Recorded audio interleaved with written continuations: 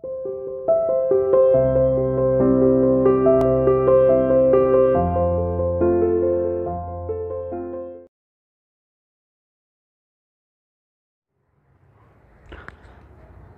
to CR International School online classes. Hello students, our today's topic is mass fraction and mole fraction. तो बेटा आप और नाम से भी देख रहे हो आप बहुत सिमिलरिटी है, बस डिफरेंस किस बात का है, मास एंड मोल फ्रैक्शन का। और देखो बेटा ये दोनों भी क्या हैं, हमारी किसी भी सॉल्यूशंस की कंसंट्रेशन को मेज़र करने के वे हैं। याद करिए हमारा टॉपिक लास्ट 3-4 वीडियो से क्या चल रहा है और ये इस चैप्टर का लास्ट और इम्पॉर्टेंट टॉपिक है। और देखो यहाँ ये इस चैप्टर का लास्ट टॉपिक है और +2 में जो सेकंड यूनिट है सॉल्यूशन, उसकी स्टार्टिंग ही इसी से है। स्टार्टिंग का 20% चैप्टर यही सब है। आप वहाँ +2 में दोबारा सब पढ़ोगे, परसेंटेज W/W, V/V, सही है नहीं, इस तीनों टाइप ऑफ परसेंटेज के पढ़ोगे, स्ट्रेंथ, PPM, मोलैलिटी, मोलैरिटी। हाँ बस नॉर्मैलिटी नहीं पढ़ोगे, फॉर्मेलिटी नहीं पढ़ोगे, ठीक है, लेकिन मोलैलिटी, मोलैरिटी है ना, ये मास फ्रैक्शन नहीं पढ़ोगे लेकिन मोल फ्रैक्शन पढ़ोगे। Is it clear? तो जैसे फॉर्मेलिटी पुराने टाइम पे चलती थी जब हम आयनिक कंपाउंड को अलग मानते थे, तो अब तो मोलैरिटी ही, फॉर्मेलिटी और मोलैरिटी एक ही बात हो जाती है। Is it clear? चलिए, ऐसे ही मास फ्रिक्शन भी पुराने ज़माने में चलता था, है ना। आज मास फ्रिक्शन की इतनी वैल्यू नहीं है, लेकिन अगर एक बार मास फ्रिक्शन आपको समझ में आ गया तो इसके बेसिस पर मोल फ्रिक्शन बहुत आसानी से समझ में आ जाता है। Is it clear? तो हम पहले, ये आज एग्जिस्टेंस में नहीं है बट ये अभी भी है। और +2 की चीज़ों में मोलैलिटी, मोलैरिटी, ठीक है, स्मॉल m, कैपिटल M और मोल फ्रैक्शन, इनकी बहुत इंपॉर्टेंस होती है। Is it clear? चलिए, तो हम बात करते हैं पहले बेटा मास फ्रैक्शन की। तो आप जानते हो, नाम से क्लियर है, देखो मास फ्रैक्शन, फ्रैक्शन क्या होता है? पार्ट, है ना, टुकड़ा, यही बोलते हैं ना, हमने इसके इतने फ्रैक्शन कर दिए, मतलब हमने इसके टुकड़े कर दिए। तो आप जानते हो, देखो कोई भी सॉल्यूशन होता है बेटा कैसे बनता है, आप सब जानते हो। जैसे मान लो कोई सॉल्यूट है ना, और हम सॉल्यूट में कुछ सॉल्वेंट ऐड करते हैं और एक फिक्स्ड अमाउंट ऑफ द, है ना, सॉल्यूशन बन के तैयार हो जाता है।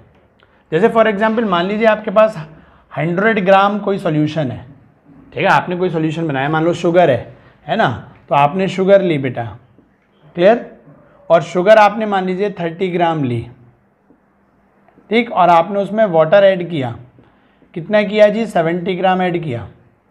तो इस तरीके से आपके पास क्या बन गया? एक शुगर का सॉल्यूशन बन गया। और उस शुगर सॉल्यूशन का बेटे आपने शुगर कितनी ली? 30 ग्राम, और उसमें वही जो मैंने आपको तरीका सिखाया था, पहले आप मेज़र करके के वेट करके क्या ले लोगे? 30 ग्राम, उसको फनल के थ्रू आप वॉल्यूमेट्रिक फ्लास्क में ट्रांसफ़र करोगे, देन उसमें इतना वाटर ऐड करोगे, जो हमारा देखो कॉनिकल फ्लास्क होता है बेटा, याद करो मैंने जिस वे से बताया था, ठीक है, ये आपके पास, सॉरी, वॉल्यूमेट्रिक फ्लास्क, यहाँ पे मार्क होता है, तो ये मार्क किसको शो करेगा? ये 100, सॉरी, ये हम ml का है, अभी अब ग्राम की बात कर रहे हैं, तो यहाँ तो ये चीज़ नहीं है ना, ये हम उसमें वेज़र करेंगे फिर, है ना, ग्राम वाले में, तो हम वेइंग करके लेंगे। तो हमारे पास क्या है, मान लो 30 ग्राम शुगर है ना, और हमारे पास, क्योंकि ये मास की बात चल रही है ना, तो हमारे सॉल्यूशंस वगैरह सब किस में आएंगे? मास में, ठीक है। याद करो परसेंटेज में था ना, मास बाई मास, तो हम सॉल्यूट और सॉल्यूशन दोनों का क्या लेते थे? मास। याद है कि मास बाई वॉल्यूम, तो हम ऊपर सॉल्यूट का क्या लेते थे? मास।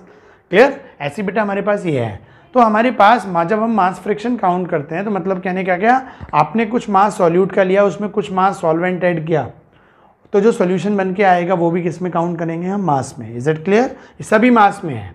तो इस 100 ग्राम सॉल्यूशन में जिस सॉल्यूट का पार्ट क्या है, तो उस पार्ट को हम क्या बोलेंगे? आप ही बताओ मुझे। अगर मैं आपसे पूछूं व्हाट इज द फ्रैक्शन, है ना, मैं आपसे बोलूं जी fraction of solute in solution, तो आप क्या बोलोगे? आप 30 बोलोगे कि नहीं बोलोगे? और कितने में है ये? 100 में। आप 30 नहीं बोलोगे, आप 100 में 30 है। यही तो टोटल भी तो बोलना पड़ता है ना, कि ये इसका 1/4 है, तो किसका 1/4 है? तो आप वो टोटल अमाउंट भी बोलोगे ना बेटा, कि ये इस चीज़ का 1/4 है। जैसे 20 मीटर आपके पास है, तो आप क्या करोगे? 20 का 1/4 करोगे जी 5 मीटर, तो 5 मीटर को क्या बोलोगे आप ये बोलोगे ना, 5 नहीं बोलोगे ना, फ्रिक्शन पर 5 तो रिजल्ट है ना, तो फ्रिक्शन कितने का है और कितना है? तो जी 20 का 1/4 है ना, आपका क्या बन गया? 5 बन गया। Is it clear? तो इसी वही है। तो हम अगर इसमें कहें कि जी मास फ्रैक्शन, और ये सब कैलकुलेशन किस में है, चाहे सॉल्यूट है, चाहे सॉल्वेंट, चाहे सॉल्यूशन, मास में है। तो अगर मैं बोलूँ mass fraction of solute in solution, तो क्या बनेगा कि सॉल्यूट 30 और टोटल कितना हो गया आपके ये। तो आप, मैं इस चीज़ को, इस टर्म को ऐसे लिख सकता हूँ कि जी mass of solute upon mass of solution कि total amount of the solution में कितना पार्ट जो है बेटा सॉल्यूट का है, तो इसको मैं मास फ्रैक्शन बोल सकता हूँ। और अगर इसी तरीके से मैं बात करूँ बेटा कि mass fraction of solvent, mass fraction of solvent in solution, वो तो होता सॉल्यूशन है चाहे बेटा लिखो ना मिलो लिखो, तो जी सॉल्यूट का पार्ट सॉल्वेंट का पार्ट कितना है जी 70, और कितने में है बेटा 100 में। और इस चीज़ को मैं क्या लिख सकता हूँ जी, mass of solvent upon total mass of solution लिख सकता हूँ। ऑब्वियस चीज़ है, सॉल्यूशन तो खुद सॉल्यूट प्लस सॉल्वेंट का टोटल है, तो लिखो मत लिखो। तो बेटा देखो चीज़ें क्लियर हुई, बहुत इजी, इसमें कुछ है ही नहीं समझने वाला, है ना, ये आप बचपन से चीज़ें जानते हुए आते हो। ठीक है बेटा, तो हमने 30 ग्राम सॉल्यूट में 70 ग्राम सॉल्वेंट ऐड किया, 100 ग्राम सॉल्यूशन बन गया। अब मैं पूछूं जी टोटल सॉल्यूशन में जी सॉल्यूट का पार्ट क्या है, तो इस चीज़ को मैं टर्म वाइज कैसे लिखूंगा कि जी what is the mass fraction of solute in solution. ठीक है, सॉल्यूट का क्या मास के बेसिस पर फ्रैक्शन है सॉल्यूशन में, तो जी 30/100, इसको मैंने टर्म लिख दिया जी 30 ये और ये है। आगे समझ में। अब आप सोचो कि पुराने ज़माने में हम सारी कैलकुलेशन किसके बेसिस पर करते थे बेटा, मास की टर्म में करते थे, तो ये मास फ्रैक्शन था। और जब हमारा समय आया, जब एवोगाड्रो लॉ आ गया, तो हमारे कंजर्वेशन ऑफ मास लॉ आज भी हैं, ऐसी बात नहीं है कि वो लॉ लगते नहीं है, आज फॉलो नहीं होते, फॉलो हो रहे हैं, लेकिन हमारी केमिकल रिएक्शंस किसके बेसिस पे होती है, नंबर ऑफ मॉलिक्यूल्स के बेसिस पर होती है। तो हमारा मेन क्या बन गया, मोल कॉन्सेप्ट, है ना, एवोगाड्रो लॉ। तो बेटा हम क्या करें, अगर इसी चीज़ में हम अगर मास को रिप्लेस कर, जैसे याद करो हमारे पास स्ट्रेंथ और पीपीएम में भी क्या हुआ था परसेंटेज में, पहले आता था मास of solute upon mass of solution, लेकिन जब मोल कॉन्सेप्ट आ गया तो मास की जगह क्या हो गया, है ना, आपके पास मास ऑफ सॉल्यूट की जगह हो गया मोल ऑफ सॉल्यूट अपॉन वो नीचे वही रिया वॉल्यूम ऑफ द सॉल्यूशन।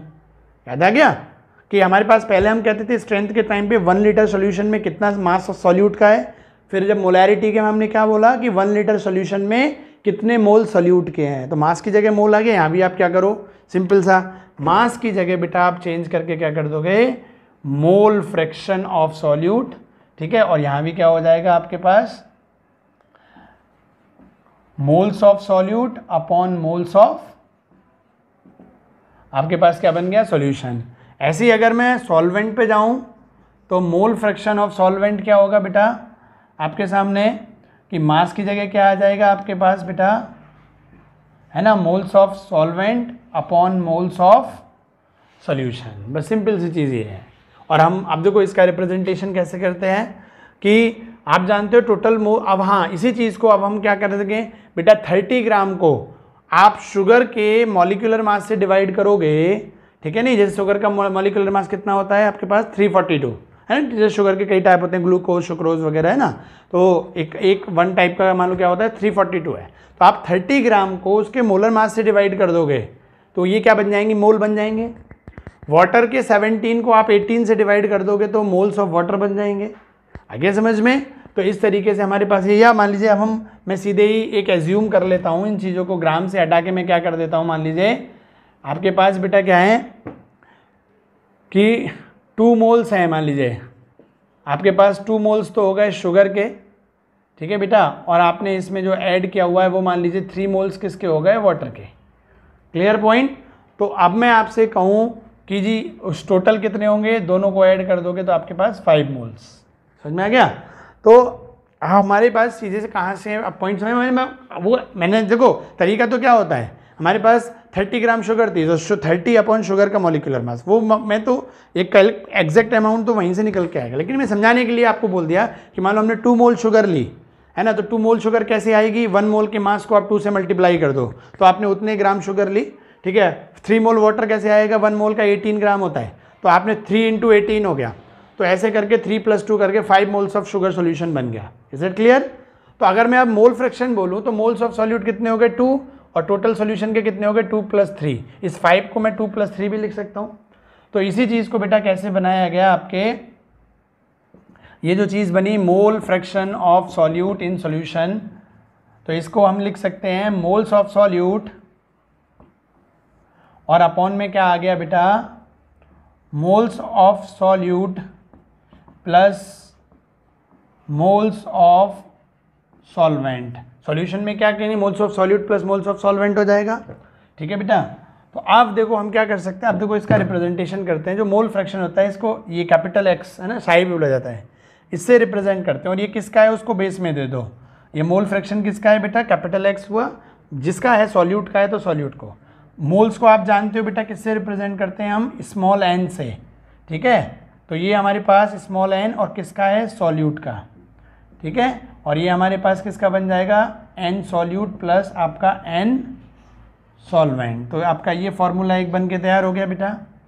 इसी तरीके से बेटा मैं अगर सॉल्वेंट का निकालूं तो क्या बन जाएगा, आप देखो बेटा एक्स सॉल्वेंट मतलब मोल फ्रैक्शन ऑफ सॉल्वेंट, तो ऊपर किसके आ जाएंगे, मोल्स ऑफ सॉल्वेंट अपॉन नीचे तो सॉल्यूशन के रहेंगे मोल्स, और सॉल्यूशन के मोल क्या होते हैं, moles of solute plus moles of solvent. Is it clear. तो ये देखो moles of mole fraction of solute क्या बन गया, मोल्स ऑफ, जिसके बेटा जिसका मोल फ्रैक्शन निकालते हैं उसके मोल्स ऊपर, वो अभी पहले से करते हुए हैं, और नीचे सॉल्यूशन, सॉल्यूशन क्या होता है, moles of solute plus moles of solvent, ठीक है। और हमने दोनों, और देखो यहाँ पर एक चीज़ और देखो कि जो इसकी एक एप्लीकेशन भी है बेटा, कि जो मोल फ्रैक्शन ऑफ सॉल्यूट होता है plus mole fraction of solvent होता है, ये इसका टोटल क्या आता है बेटा 1, ठीक है। आप खुद ही देखो बेटा, इन दोनों को हम मान लीजिए सॉल्यूट हमारा बी है, और है ना सॉल्यूट हमारा बी है और सॉल्वेंट क्या है बेटा ए। बुक्स में आपकी एनसीईआरटी की बुक में सॉल्यूट को बी माना है, ठीक है, और सॉल्वेंट को क्या माना है बेटा ए। तो अगर हम देखो ये लगाएं यहाँ पर, मोल फ्रैक्शन ऑफ क्या बनेगा, एन बी और N B plus N A, ये बनेगा। ऐसे ही सॉल्वेंट क्या बनेगा, मोल्स ऑफ सॉल्वेंट का क्या है हमारे पास ए, सॉल्वेंट को ए माना है ना बेटा, तो एन ए अपॉन ये भी क्या बनेगा, N V plus N A. अब देखो नीचे की टर्म कॉमन है, हमने एलसीएम लिया तो N A plus N B आया बेटा, ये कॉमन, तो हमारे पास ऊपर भी क्या आ गया, एन बी, ये पूरा 1 से डिवाइड होगा, 1 से मल्टीप्लाई करेंगे तो ये हमारा क्या बन जाएगा, एन ए। अब आप देख रहे हो ऊपर नीचे की टर्म सेम हो गई, ये कट के क्या आ जाएगा, 1 आ जाएगा। तो कहने का आप याद रखो, ये बहुत इंपॉर्टेंट एप्लीकेशन है इस चीज़ की बेटा, कि कभी भी मोल फ्रैक्शन ऑफ सॉल्यूट और मोल फ्रैक्शन ऑफ सॉल्वेंट, इन दोनों का टोटल 1 होता है। मतलब मोल, अगर हम कभी आप ये न्यूमेरिकल करते हो बेटा, है ना, अगली वीडियो में मैं आपको इसका न्यूमेरिकल करके दिखाऊंगा, ठीक है। नहीं तो आप अभी फ़िलहाल वो समझें कि जैसे अगर मोल फ्रैक्शन आपने इस तरीके से सॉल्व किया, और सॉल्व करने के बाद उसके मोल फ्रैक्शन कभी इन दोनों में से दोनों का टोटल ही 1 आएगा, मतलब ये भी 1 से कम होगा, ये भी 1 से कम होगा। जैसे 0.7 ये है तो 0.3 ये होगा, तो ये टोटल 1 बन जाएगा। 0.6 ये है तो 0.4 ये हो जाएगा, 0.1 बन जाएगा। आया, ये हमारी इसकी बहुत बड़ी एप्लीकेशन है। हमें मोल फ्रैक्शन के न्यूमेरिकल के जो आंसर निकल के आ रहे हैं, हमारे मोल फ्रैक्शन ऑफ सॉल्यूट या सॉल्वेंट सही आ रहे हैं कि नहीं आ रहे हैं, हम यहीं से पता कर सकते हैं बेटा। आया, इन दोनों का टोटल क्या आना चाहिए, हमेशा 1 आना चाहिए। अगर इन दोनों का टोटल 1 नहीं आ रहा है, इसका मतलब हमसे कहीं गलती हो रही है। ये दोनों वैल्यूज़ हमेशा लेस देन 1 आएंगे और दोनों का टोटल 1 आएगा। समझ में आ गया बेटा। चलिए, तो ये हमारी हुई मास फ्रैक्शन और मोल फ्रैक्शन। तो इस तरीके से देखो हमारे बेटा सारी कंसंट्रेशन हुए, अब हमारे बस इसके न्यूमेरिकल कराने रह गए हैं मोल फ्रैक्शन के, ठीक है। और एक हमारी नॉर्मेलिटी बची। तो नॉर्मेलिटी बेटा डेफिनेशन ही आपके सिलेबस में है, बाकी इसके न्यूमेरिकल वगैरह ज़्यादा डेप्थ नहीं है, तो वो कल इसके नेक्स्ट वीडियो में हम आपकी पहले मोल फ्रैक्शन की न्यूमेरिकल कराएंगे, देन नॉर्मेलिटी के बारे में डिस्कस करेंगे। Okay, thank you.